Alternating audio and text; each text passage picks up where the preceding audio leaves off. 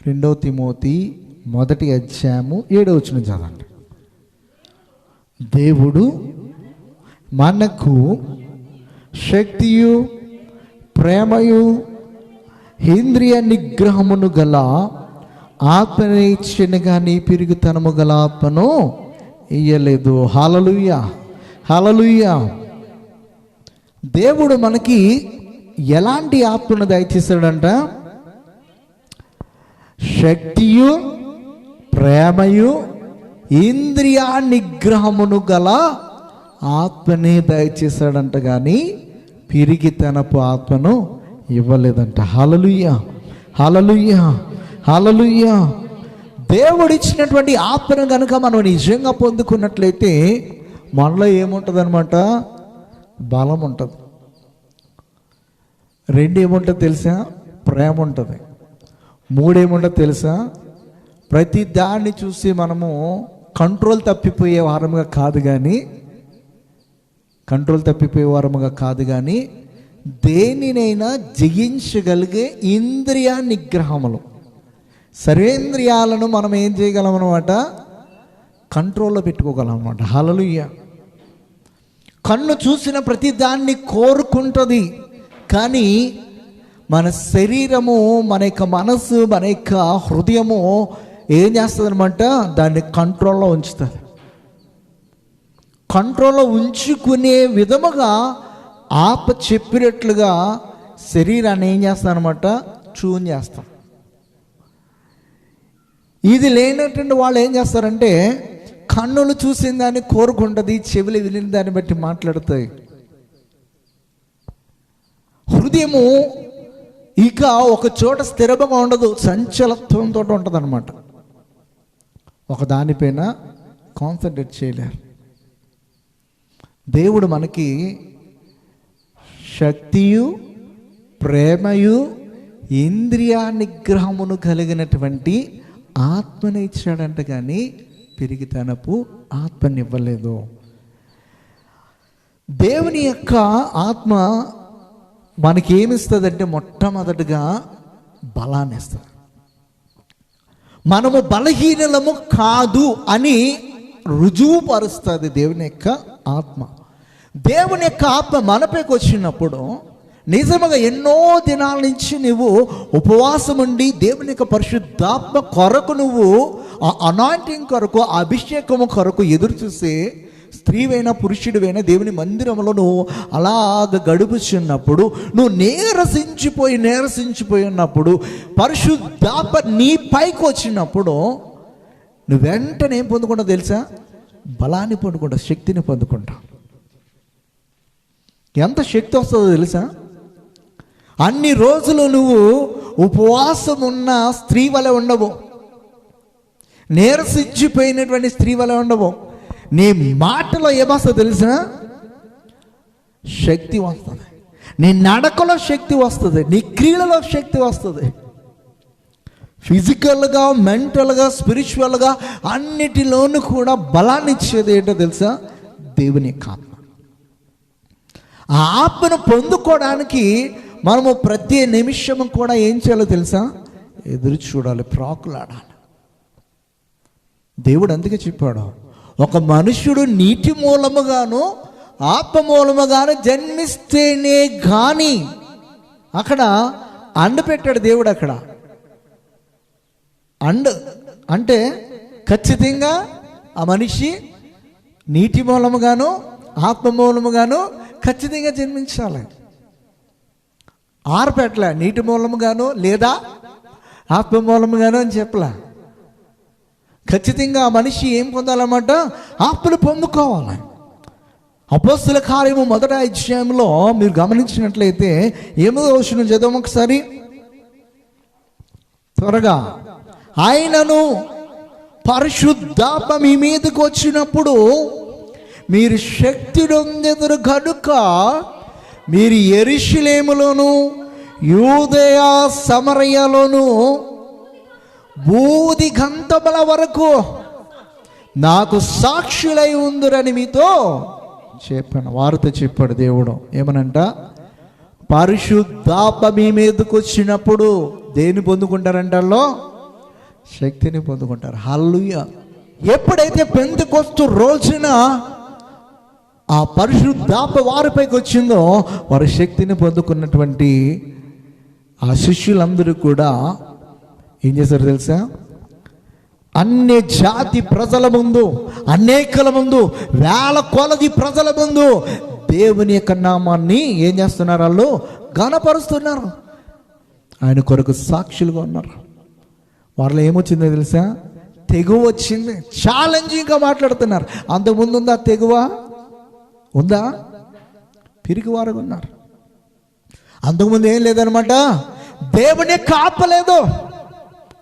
దేవుడు కోరుకున్న రీతిగా ఆ ఆత్మ ఎప్పుడైతే వారికి అనుగ్రహింపబడిందో, ఆ రోజున శరీరమును గురించి ఆలోచన చేసే మనస్సు వారిలో లేదు. హల్లెలూయా.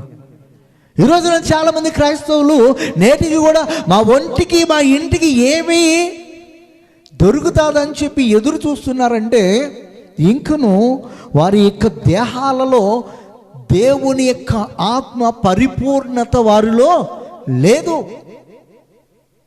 అందులో ఏ మాత్రము కూడా డౌట్ పడాల్సినటువంటి పని లేదు. మనం చూసినట్లయితే మొదటి శతాబ్దంలో వారందరూ కూడా దేవుని యొక్క స్వార్థను శక్తివంతమైన స్వార్థగా ప్రకటించడానికి గల కారణం ఏంటో తెలుసా? దేవుని యొక్క ఆత్మశక్తి వారిని తాకింది, వారిలోనికి వచ్చింది.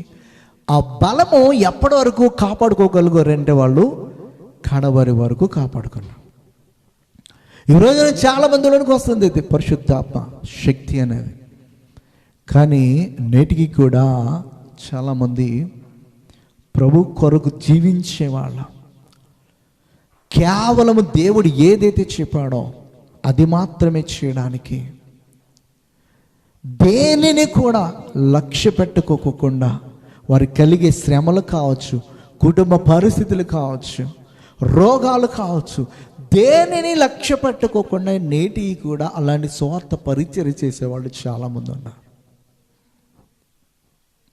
ఈ రోజున దేనికి వాక్యాన్ని వింటున్న మనము ఆ శక్తి కొరకు మనం ఎదురు చూస్తున్నామా? ఆ శక్తిని మనము ఏం చేయాలన్నమాట? పొందుకోవాలి. దాని కొరకే దేవుడు ఆనాటి శిష్యులకు ఉపదేశించాడు. మీరు పరిశుద్ధాత్మనే వరమును పొందుకునేంత వరకు కూడా ఈ యెరూషలేమును విడిచిపెట్టి మీరు బయటికి వెళ్ళొద్దు. ఒకవేళ అది లేకుండా వెళ్తే, మీరు స్వార్థ ప్రకటించేటప్పుడు మీకు శ్రమ కలిగినప్పుడు, మిమ్మల్ని ఎవరైనా అబ్జెక్ట్ చేసినప్పుడు, మిమ్మల్ని ఎవరైనా అడ్డుకున్నప్పుడు మీరు వెనుతిరిగి మరలా యథాస్థాయికి వెళ్ళిపోతారో, మీరు మొట్టమొదటికి ఎలాగా ఆరంభించారో ఆ స్థాయికి మీరు వెళ్ళిపోతారు. అలా కాకుండా ఉండాలంటే పరిశుద్ధాత్మ అనే శక్తి మనలో ఉన్నప్పుడు ఎన్ని శ్రమలు వచ్చినా, కుటుంబంలోంచి మనకి అబ్జెక్షన్స్ వచ్చినా, స్వార్థ ప్రకటించడానికి వెళ్ళినప్పుడు మనల్ని ఎవరైనా తిడతారు, కొడతారు, ఈ ప్రాంతం మంచిది కాదు అని తెలిసినప్పటికీ కూడా ఆత్మ మనల్ని ఏం చేస్తారో తెలుసా? నడిపించుకుంటూ వెళ్ళిపోతాయి. అపోస్తలుడైన పౌలు అంతే. పౌలు యెరూషలేములో సాక్ష్యం ఇచ్చినట్లుగానే నీవు రోమాలో కూడా సాక్ష్యం ఇవ్వాలంటే ఇక్కడి నుంచి అక్కడికి వెళ్ళేటప్పుడు ఒక వ్యక్తి ప్రవచనం ఎత్తి మాట్లాడుతున్నాడు, ఈ వ్యక్తిని అక్కడ ఖచ్చితంగా చంపేస్తారని చెప్తే ఎంతోమంది ఏడ్చారు అక్కడ. పౌలా నువ్వు వెళ్ళొద్దు, నువ్వు వెళ్ళొద్దు, నువ్వు వెళ్ళొద్దు అని చెప్పి ఏడుస్తూ ఉంటే దేవుడు నాకు చెప్పినటువంటి మాట ఏంటో తెలుసా? నేను ఇక్కడ ఎలాగైతే ఆయన గురించి సాక్ష్యం ఇచ్చానో అలాగే ఆయన చెప్పిన చోటుకు వెళ్ళి నేను సాక్ష్యం ఇవ్వాలి. అప్పటి వరకు కూడా నన్ను ఎవ్వరు ఏం చేయలేరు. అక్కడ సాక్ష్యం ఇచ్చిన తరువాతే నేను చనిపోయాను. అంటే మరణము ఎదురుగా ఉన్నా కూడా వారిలో పిరికితనం వచ్చిందా? లేదు. ఈ రోజున అలాంటి క్రైస్తవులుగా పిలబడేవారము ఎంతమంది ఉన్నాం? సంఘాల్లో కానీ కుటుంబాల్లో కానీ ఎంతమంది ఉన్నాం?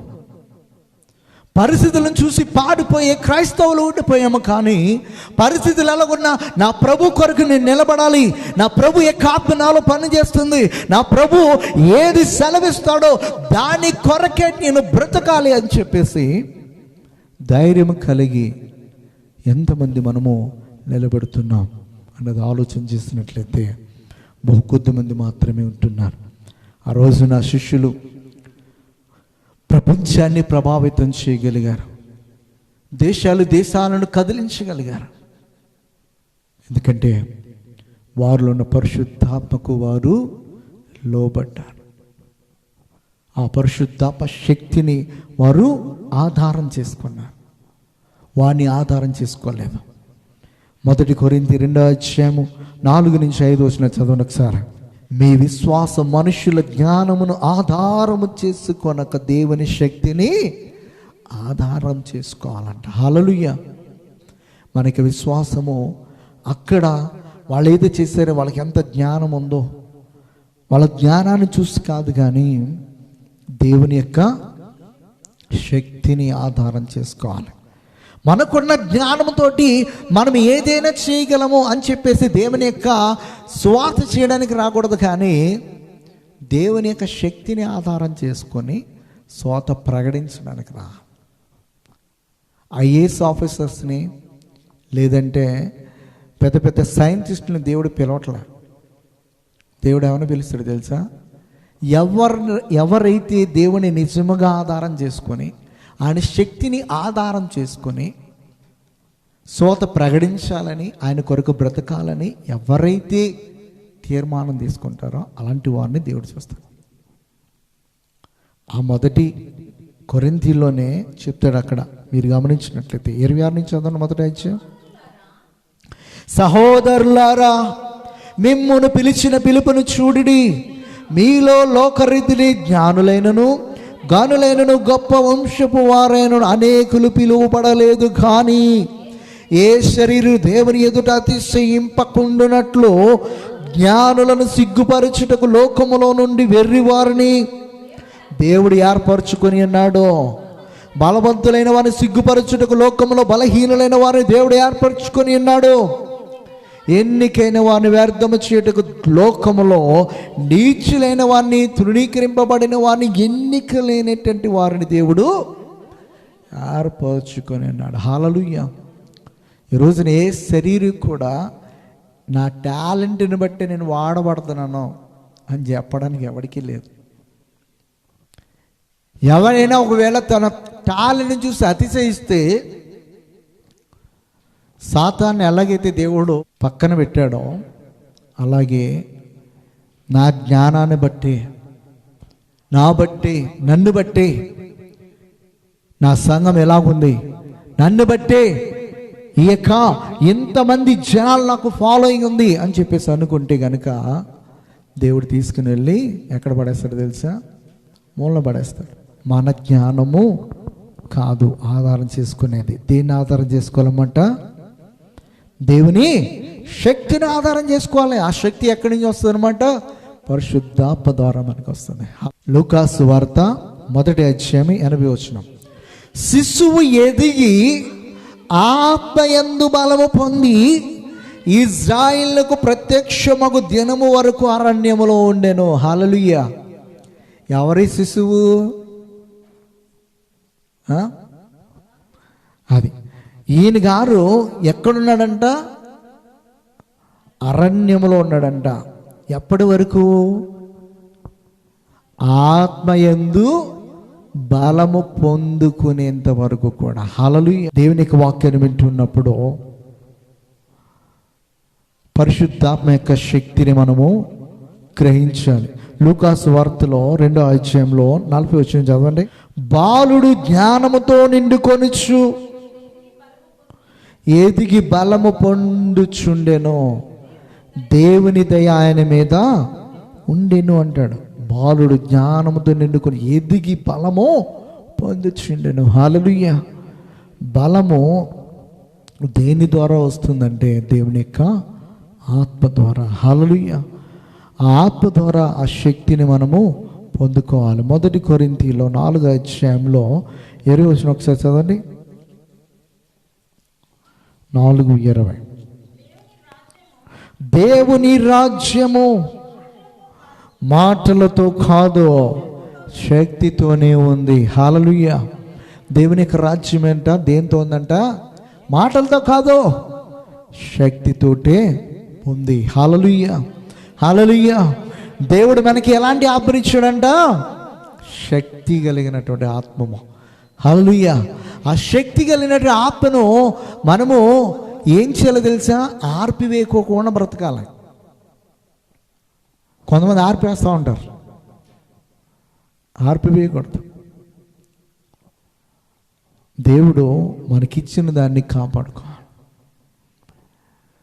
ఎప్పటి వరకు అంటే దేవుడు మనకి అప్పగించిన పని పూర్తి అయ్యేంత వరకు.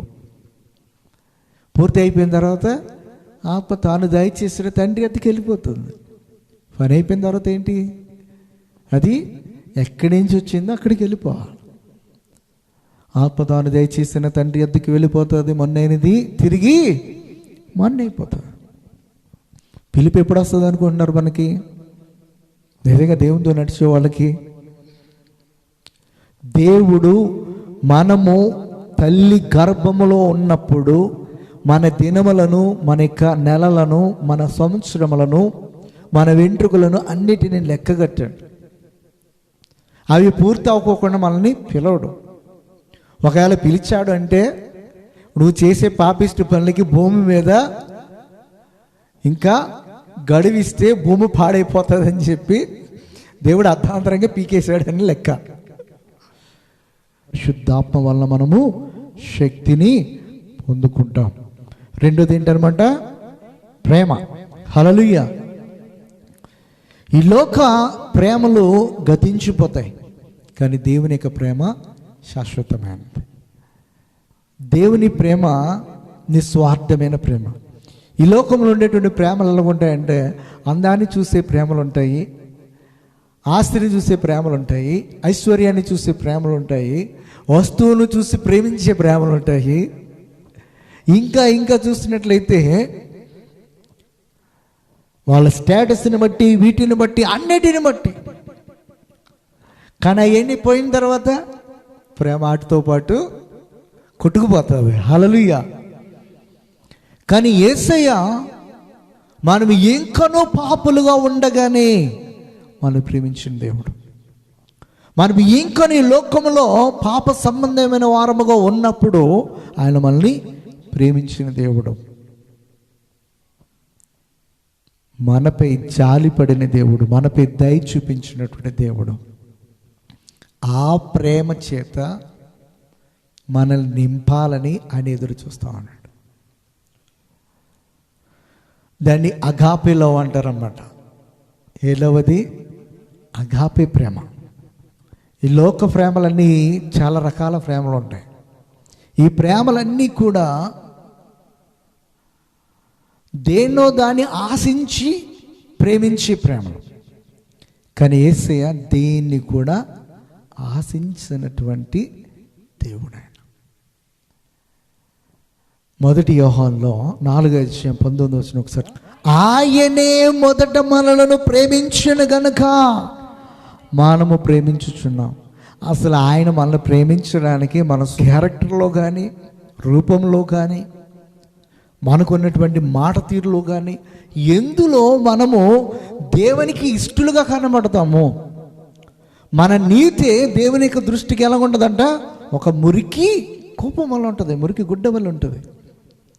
అలాంటి మనల్ని దేవుడు ప్రేమించాడంట. హల్లెలూయా. మొట్టమొదటిగా ఆయన మనల్ని ఏం చేశాడన్నమాట? ప్రేమించాడు. మనము మంచివారమని కాదు, మన నీతిమంతులమని కాదు, మన పరిశుద్ధులమని కాదు, మనం ఎలాగున్నా కూడా ఆయన ప్రేమించాడు మనం. ఈ రోజున మనము ఆయన ప్రేమకు బదులుగా ఏమిస్తున్నామో మన మీద ఆలోచన చేసినట్లయితే, ఆయన నొచ్చుకునే విధంగా ప్రవర్తించి ప్రేమికురాలు ఉండిపోతున్నాం. హోషేయను చూసి దేవుడు ఏమంటాడో తెలుసా? వ్యభిచారి అయినటువంటి స్త్రీని వెళ్ళి ప్రేమించి పెళ్లి చేసుకో. కానీ నిజంగా ప్రవక్త దేవుని యొక్క మాటకు ఏం చేశాడు తెలుసా? లోబడ్డాడు. బదులు ఏమీ చెప్పలే. ఇజ్రాయేలులకు నీకును మధ్యవర్తిత్వాన్ని చేస్తున్నటువంటి ఒక ప్రవక్తను చూసి అపవిత్రమైన కార్యం నువ్వు ఎలా చేయమంటున్నావు అని చెప్పి అడగలే. ఆ వ్యభిచారిగా ఉన్నటువంటి స్త్రీ ఎవరికి సాదృశ్యం అంటే ఇజ్రాయేల్ జనాంగానికి సాదృశ్యం, నీకు నాకు సాదృశ్యం. అలాంటి మనల్ని దేవుడు ఏం చేశాడమంట? ప్రేమించి మనల్ని తయారు చేసుకుంటా అన్నాడు. ఎప్పటికో తెలుసా? పెళ్ళికి. ప్రకటన గ్రంథంలో మనం చదువుతాం కదా 19వ అధ్యాయంలో, ఆ పెళ్ళికి సిద్ధపాటు చేసుకుంటున్నాడు. ఈ లోకరీతిని మనం ఎన్నో విగ్రహారాధన చేసి ఎన్నోసార్లు లోకానుసారమైనటువంటి క్రియలతోటి దేవునికి ఒక వ్యభిచారిగా మనం కనబడుతున్నప్పటికీ కూడా ఆయన మనల్ని ఏం చేశాడో తెలుసా? ప్రేమించాడు. మొట్టమొదటిగా ప్రేమించాడు. యోహాను సువార్త 3:16 చెప్తాడు, దేవుడు లోకమును ప్రేమించిన కాగా తన అద్వితీయ కుమారుని లోకానికి పంపించాడు. దేనికి పంపించాడు? అపవిత్రురాలుగా ఉన్నటువంటి తన కన్యకను పవిత్రురాలుగా మార్చడానికి ఆ పరిశుద్ధులైనటువంటి ఆయన యొక్క రక్తాన్ని వెలగా చెల్లించి బంధింపబడి వ్యభిచారి ఉన్నటువంటి ఆమెని విడిపించి ఆమెని మరలా శుద్ధిరాలుగా చేసుకొని సిద్ధపాటు చేసుకోవడానికి తన కుమారుడు పంపించినాడు. హోషేయ ఎందుకు వ్యభిచారియతకు వెళ్ళాడు? వ్యభిచారియతకు వెళ్ళినటువంటి ఆయన ఆమెను విడిపించాలి. ఆమెను విడిపించాడు. ఆమెను శుద్ధిగా చేసుకొని వివాహం చేసుకున్నాడు. ఈ లోకములో పాపిష్టి బంధకాలలో బంధింపబడిన మనల్ని విడిపించడానికి ఆయన రక్తాన్ని క్రయధనముగా చెల్లించి వాక్యమనే పాల వలన మనల్ని ప్రతినిత్యము కడుగుతూ శుద్ధీకరిస్తూ తన రాకడ కొరకు సిద్ధపాటు చేసుకుంటున్నాడు. అప్పుడు వివాహ మహోత్సవంలోనికి వెళ్ళడానికి సిద్ధపడినటువంటి వధువుగా మనం అందరం ఉండాలని ఆయన కోరిక. ఆయన అంత ఇదిగా ప్రేమించాడు.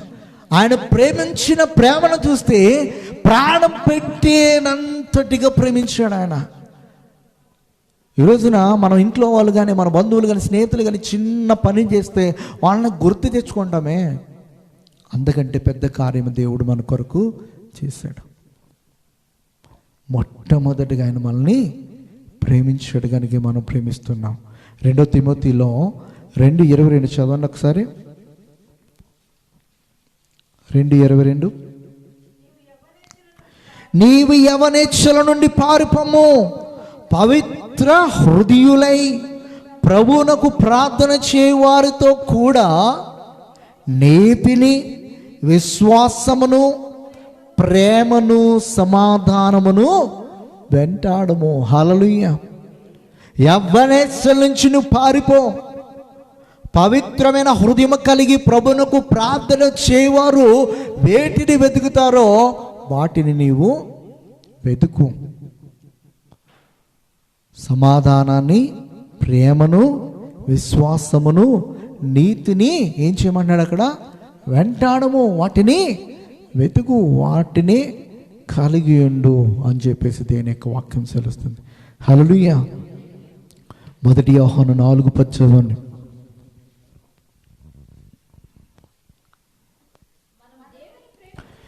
మనము దేవుని ప్రేమించితమని కాదు, తానే మనలను ప్రేమించి మన పాపములకు ప్రాయశ్చిత్తమై ఉండుటకు తన కుమారుని పంపెను. ఇందులో ప్రేమ ఉన్నది. హల్లెలూయా. దేవుడు ఎందుకు పంపించాడంటే తన ఏకైక కుమారుని మన కొరకు ప్రాయశ్చిత్తముగా, ఒక బలి పశువుగా ఆయన మన కొరకు ఆయన బలి అవ్వడానికి లోకానికి వచ్చాడు. హల్లెలూయా. క్రైస్తవుడు ఎప్పుడు కూడా తన సహోదరుని కొరకు అవసరమైతే యేసుక్రీస్తు వారిలాగా ప్రాణము పెట్టబద్ధుడై అన్నాడు. 1 యోహాను 3:16 అనుకుంటా మాట చదువు. ఆయన మన నిమిత్తము తన ప్రాణము పెట్టెను గనుక దీని వలన ప్రేమ ఎట్టిదైనది తెలుసుకొనుచున్నాము. మనము కూడా సహోదరుల నిమిత్తము మన ప్రాణములు పెట్ట బద్ధులమే ఉన్నాము. బద్ధులమే ఉన్నాము. It should be mandatory, must, ఖచ్చితంగా చేస్తున్నటువంటి కార్యము. అయితే నేటి దినాన్ని చూసినట్లయితే అవసరమైతే ఒకటి చంపేసి మన ఎస్కేప్ అవుతాం అనుకునే వారముగా ఉండిపోతున్నాం క్రైస్తవం. దేవుడు మనకి శక్తి మొట్టమొదటిది ఇచ్చింది. 2 ప్రేమ. ఆయన ఎలాంటి ప్రేమ కలిగి ఉన్నాడో అలాంటి ప్రేమ. 3వది ఏంటన్నమాట, ఇంద్రియ నిగ్రహములు. అన్నీ కూడా నీ కళ్ళు, నీ నాలుక, నీ నోరు, నీ చెవులు, నీ హృదయము, నీ మైండ్, ప్రతి ఒక్కటి కూడా ఏం చేయాలంట? కంట్రోల్లో ఉంచుకోవాలి. ఈరోజు నాకు కంట్రోల్లో ఉంచుకోవడానికి చాలామంది ఏం చేస్తూ ఉన్నారు? మెడిటేషన్ చేస్తూ ఉన్నారు, యోగాలని, ఇంకా వాళ్ళకున్న వ్యసనాల నుంచి బయటికి రావడానికి రిహాబిటేషన్ సెంటర్స్ అని, అవునా కదా, వీటికి వెళ్ళి అక్కడేదో కాషాయ వస్త్రాలు ధరించిన వారు కూర్చుని కహానీ చెప్తే చక్కగా కూర్చుని వస్తా అన్నారు. దేవుని సన్నిధిలో నిజముగా కొన్ని గంటల పాటు 2-3 అవర్స్ నిజంగా నువ్వు ప్రార్థన చేస్తే రోజు ప్రతి దాని మీద కూడా నీకేమొస్తుందో తెలుసా? కంట్రోల్ చేసుకునే క్యాపబిలిటీ వస్తుంది. అది ఎవరికైనా కూడా. యేసు ప్రభు వారికి ఆ క్యాపబిలిటీ ఉండడానికి, ఆయన ఏదో దేవుడు కదా ఆయనకి అన్నిటి మీద ఉంటా అని చెప్పేసి అనుకోవద్దు. ఆయన 100% మనలాంటి మానవుడు, 100% గాడ్. ఈ భూమి పైన మనకి ఎలాంటి అట్రాక్షన్స్ ఉన్నాయో, ప్రతి దానికి కూడా ఎలాగ అట్రాక్ట్ అయి స్పందించగలమో అన్నీ కూడా ఆయనలో ఉన్నాయి. కానీ ఆయన దేనిని ఎక్కడా కూడా కంట్రోల్ తప్పిపోయి ప్రవర్తించలే. దానికి గల కారణం ఏంటో తెలుసా? రాత్రంతా కూడా ఈయన చేసే పని ఏంటో తెలుసా? ప్రార్థన చేసేవాడు. ఒంటరిగా ఉన్న సమయం అంతా ఏం చేసేవాడు తెలుసా? ప్రార్థన చేస్తూ ఉన్నాడు. ఏసియా ఒంటరి వేళ ఆయన అరణ్యమునకు పోయి ఏం చేసేవాడు అన్నమాట? ప్రార్థన చేస్తూ ఉండేవాడు. మార్కు సువార్తలోనే మనకు కనబడుతుంది, చదివినట్లయితే 1:35 అనుకుంటే చదవండి. ఆయన పెందలకడనే లేచి ఇంకను చాలా చీకటి ఉండగానే బయలుదేరి అరణ్య ప్రదేశమునకు వెళ్ళి అక్కడ ఏం చేసేవాడంట? ఆయన ప్రార్థన చేయుచుండెను. హల్లెలూయా, హల్లెలూయా. ఆయన ఉన్నటువంటి అలవాటు ఏంటంటే ఒంటరిగా వెళ్ళి అనేకమైన గంటలు దేవునితో సంభాషించేవాడు, తండ్రితో గడిపేవాడు. కనుకనే ఆయన దేని కలిగి ఉన్నాడు అన్నమాట? శక్తిని కలిగి ఉన్నాడు, ఈ లోకరీతిని, ప్రేమను కలిగి ఉన్నాడు. 3వది ఏం కలిగి ఉన్నాడు తెలుసా? ఇంద్రియ నిగ్రహములు. తన కన్నులు చూసిన ప్రతి దాన్ని నేను కోరుకోలేదు, సొలొమోనులాగా. ప్రసంగి గాడు అంటాడు 2:10, నా కన్నులు ఆశించిన వాటిలో దేనిని అవి చూడకుండా నేను అభ్యంతరము చేయలేదు, మరియు నా హృదయము నా పనులన్నిటిని బట్టి సంతోషింపగా సంతోషకరమైనది ఏదియో అనుభవించకుండా నేను నా హృదయమును ఏం చేయాలండి? నిర్బంధించలేదంట. హల్లెలూయా. ఇదే నా పనులన్నిటినీ వలన నాకు దొరికిన భాగ్యం. అప్పుడు నేను చేసిన పనులన్నీ, వాటి కొరకే నేను పడిన ప్రయాసమంతయు నేను నిదానించి వేచింపగా అవన్నీ వ్యర్థమైనవిగాను, ఒకడు గాలికి ప్రయాసపడినట్టుగాను అగపడెను. అప్పుడు అగపడిందంట. అయ్యగారికి అన్నీ సంపాదించేసుకొని ఎక్కడైనా మంచి వస్తువు చూశాడు అనుకో, ఆ వస్తువు ఏమైనా సరే ఇది తయారు చేసుకోవాలి, దాన్ని సొంతమైన చేసుకోవాలి. అది వస్తు విషయంలోనైనా, ఉద్యానవన విషయంలోనైనా, కోట విషయంలోనైనా, రథముల విషయంలోనైనా, గుర్రముల విషయంలోనైనా, బంగారు విషయంలోనైనా, వస్తువు విషయంలోనైనా, స్త్రీ విషయంలోనైనా, అన్ని విషయాలలో కూడా ఈ అయ్యగారికి కన్ను ఏదైతే కోరుకుందో దాన్ని పొందుకున్నాడు. దేన్ని కలిగి లేడంటే ఇంద్రియ నిగ్రహం లేదు. దానివల్లనే త్రోవ తప్పిపోయాడు. లాస్ట్లో తెలిసి వచ్చిన తర్వాత అయ్యగారు ప్రసంగి రాశాడు. హల్లెలూయా. అంతకుముందు దేవుడు మాట్లాడి, సొలొమోనా నువ్వు చేస్తున్న తప్పు అంటే వినిపించుకున్నాడా? వినిపించుకోలే. ఇంద్రియ నిగ్రహము ఈ రోజున ఇది ప్రతి విశ్వాసికి కావాలి. ఎవరో మనల్ని ఏమనంటే వెంటనే కోపాన్ని తెచ్చుకొని మన కంట్రోల్ తప్పిపోయే వారముగా ఉండకూడదు. కోపాన్ని అణిచివేసుకోవాలి. ఎక్కడ కోపాన్ని ప్రదర్శించాలి అక్కడ కోపాన్ని ప్రదర్శించాలి. కోపపడుడు కానీ పాపము చేయకుడు అన్నాడు. ప్రతి విషయంలోనూ కూడా నిగ్రహము కలిగి ఉండాలి. గలతీయులకు రాసిన పత్రిక 5:16 చదవండి. నేను చెప్పున్నదేమనగా ఆత్మానుసారముగా నడుచుకునుడి, అప్పుడు మీరు శరీరేచ్ఛను నెరవేర్చరు. శరీరం ఆత్మకును, ఆత్మ శరీరముకును విరోధముగా అపేక్షించును. ఇవి ఒకదానికొకటి వ్యతిరేకముగా ఉన్నవి. గనుక మీరు ఏవి చెయ్య నిశ్చయింతురో వాటిని చెయ్యరు. ఈ రెండు ఎలా ఉంటాయి తెలుసా? క్వైట్ ఆపోజిట్ అన్నమాట.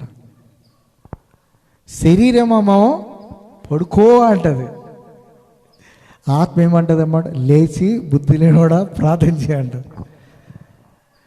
అయితే శరీరము ఆత్మకును, ఆత్మ శరీరమునకును రెండిటికి కూడా భేదముగా ఉన్నవి. ఒకటి కోరుకుంటే ఇంకోటి కోరుకుంటుంది. ఒకదానికొకటి విరుద్ధముగా ఉన్నది. ఆత్మ చెప్పుచున్నట్లుగా శరీరమే ఉండాలి, కానీ శరీరం చెప్పుచున్నట్లుగా ఆత్మ వినకూడదు. ఇప్పుడు ఏమైందో తెలుసా? శరీరం చెప్పుతున్నట్టుగా ఆత్మను కంట్రోల్ చేసే క్రైస్తవులు అయిపోయారు. హల్లెలూయా, హల్లెలూయా. ఎన్నిసార్లు చెప్పు, ఏహే మేము ఇలాగే ఉంటాం. దేవునికి స్తోత్రం, హల్లెలూయా. మనము ఆత్మ చెప్పుచున్నట్లుగానే మనము నడవాలి, కానీ శరీరం చెప్పినట్లుగా కాదు. శరీరము చెప్పుచున్నట్లుగా మనం వినటం మొదలు పెడితే దేవుని సన్నిధికి రాము, దేవుని సన్నిధిలో ఉండలేము. దేవునికి ఇష్టమైన పాత్రగా మన శరీరము మార్చబడదు. ఆ రోజున శిష్యులందరూ కూడా దేవునికి ఇష్టమైన పాత్రగా మార్చబడ్డారంటే శరీరము చెప్పినట్లుగా ఆత్మను లోపరచలేదు, కానీ ఆత్మ చెప్పుచున్నట్టుగా శరీరాన్ని ఏం చేశారన్నమాట, లోపరుచుకున్నాడు. దానికి బెస్ట్ ఎగ్జాంపుల్ 1 కొరింథీ 9:25 చదవండి, ముగించేద్దాం. లాస్ట్ మాట. మరియు పందెమందు పోరాడు ప్రతివాడు అన్ని విషయములందు మెతుముగా ఉండును. వారు క్షేమగు కిరీటమును పొందుటకును, మనమైతే అక్షయమగు కిరీటమును పొందుటకును మెతుముగా ఉన్నాము. హల్లెలూయా. పందెమందు పోరాడువాడు చాలా విషయాల్లో మితము ఉంటాడు. ఇప్పుడు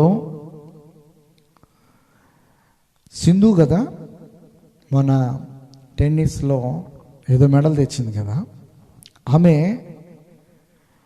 ఇంటర్వ్యూలో చెప్తూ ఉందన్నమాట, నేను ఆ ప్రాక్టీస్ చేస్తున్నప్పుడు నా కోచ్ ఏదైతే చెప్పాడో నేను అదే చేశాను.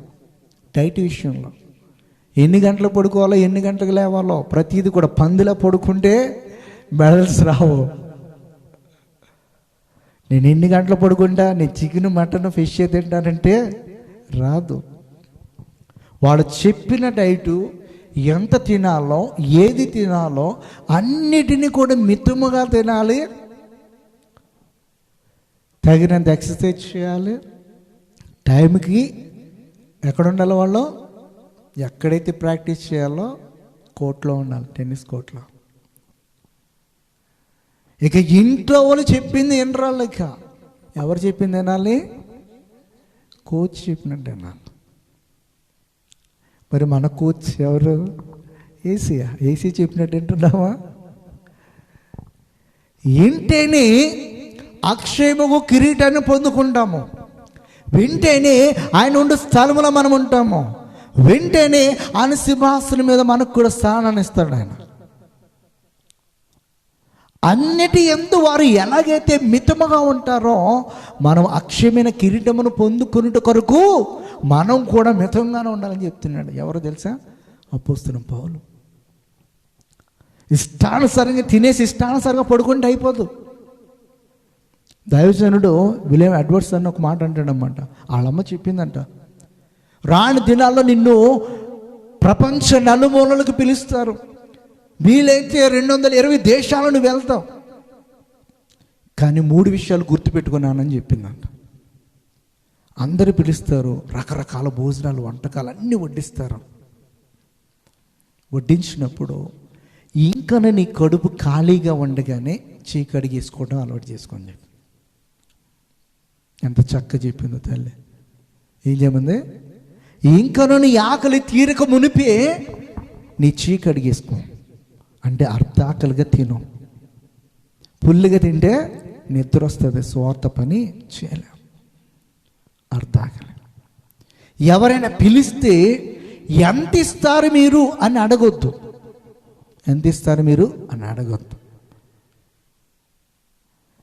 ఎంతమంది ఉంటారు అని అడగొద్దు. ఎక్కడా ఇలాంటి క్వశ్చన్లు అడగొద్దు. నీకు సమయం ఉంటే నేను వస్తాను అని చెప్పి వెళ్ళిపో. ఇలాంటి చక్కటి మాటలు చెప్పింది. ఆ మాటల ప్రకారం ఆయన ఎవ్వరు పిలిచినా వస్తాడు. మన సంఘంలో 10 మంది ఉన్నాయి, ఈ రోజున మనం పిలిస్తే ఆయన ఖాళీ ఉంటే వస్తాడు ఆయన. అంటే ఒక సేవకుడిగా మనము దేవుడే మనకు గురి అయినప్పుడు, దేవుడు మనకు అప్పగించిన పని మనకు గురి అయినప్పుడు, ఆ గురి వద్దకు పరిగెత్తడానికి తగినటువంటి శక్తి సామర్థ్యాలను పెంపొందించుకోవాల్సినటువంటి బాధ్యత ఎవరిపై ఉందో తెలుసా? మనపై ఉంది. ప్రతి ఒక్కరము కూడా అన్ని విషయాలలో, ఈ లోకానుసారమైన విషయాలన్నిటిలోనూ కూడా మనము ఇన్వాల్వ్ అవ్వకూడదు. మితమానం ఉండాలి. మనకు అవసరం లేదు. ఏదిని ఎంతవరకు మనము పొందుకోవాలో అంతవరకే మనం పొందుకోవాలి. ఏది ఎంతవరకు మనకు అవసరమో అంతవరకే దాన్ని తీసుకోవాలి. మిగతా అనవసరమైన వాటిలో మనము తలదోచుకోవాలి. కింద మాట చదువమ్మా. గాలిని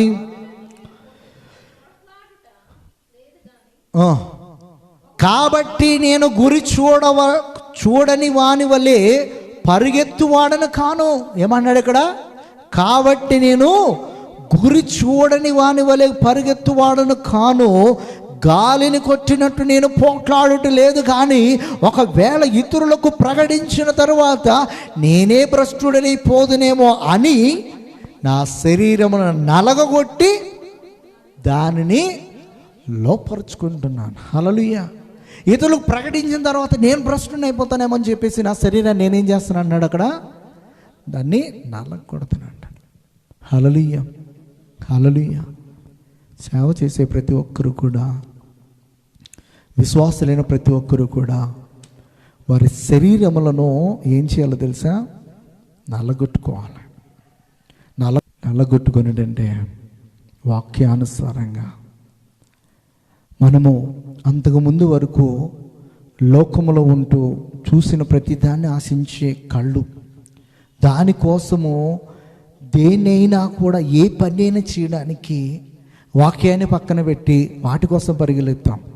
ఇప్పుడు వాటినన్నిటిని పక్కన పెట్టడానికి వాక్యమే ఎద్దకు రావాలి. వాక్యాన్ని క్షుణ్ణంగా ధ్యానం చేయాలి. మనము కొన్నిటిని జయించలేకపోతున్నాం అన్నప్పుడు ఉపవాస దినములను ప్రతిష్ఠించుకుని తినవలసిన వాటినన్నిటిని మానేసి మన ఆలోచన, మన ఏకాగ్రత అంతా కూడా దేవుని వైపు మళ్లించుకొని, శరీర సౌందర్యం తగ్గిపోతున్నప్పటికీ కూడా ఆత్మ సౌందర్యాన్ని పెంపొందించుకోవడానికి చూడాలి. ఆత్మల శక్తిని పొందుకోవడానికి చూడాలి. అప్పటి వరకు కూడా శరీర సౌందర్యం, శరీర బలం కోసం జిమ్కి వెళ్ళే మనము గిమ్ములు విడిచిపెట్టి ఎక్కడికి రావాలన్నమాట? దేవుని సన్నిధికి రావాలి. దేవునితో గడపడం కోసం రావాలి. మన ఏకాగ్రత అంతా ఎవరిపై ఉండాలన్నమాట? దేవుని పైన, దేవుడు మనకు అప్పగించిన పని పైన ఉండాలి. హల్లెలూయా. దేవుడు మనకి ఎలాంటి ఆత్మనిచ్చాడన్నమాట? మొట్టమొదటిది శక్తి, 2 ప్రేమ, 3 ఇంద్రియ నిగ్రహములు. ఈ 3 మనము కలిగి దేవుని యొక్క పని చీటుకు దేవుడు మనకి అలాంటి ఆత్మనిచ్చాడు. అంతేగాని పిరికి ఆత్మను మనకు దేవుడు ఇవ్వలేదు. మరి ఆత్మను పొందుకున్న మనందరూ కూడా అలాంటి శక్తితోటి, అలాంటి ప్రేమతోటి, అలాంటి ఇంద్రియ నిగ్రహములతోటి ప్రభు పని చీటుకు దేవుడు ఆయన కృప మనకు అనుగ్రహించునుగాక. ఆమేన్. కళ్ళు మూసుకున్నట్లయితే ప్రార్థన చేసుకుందాం.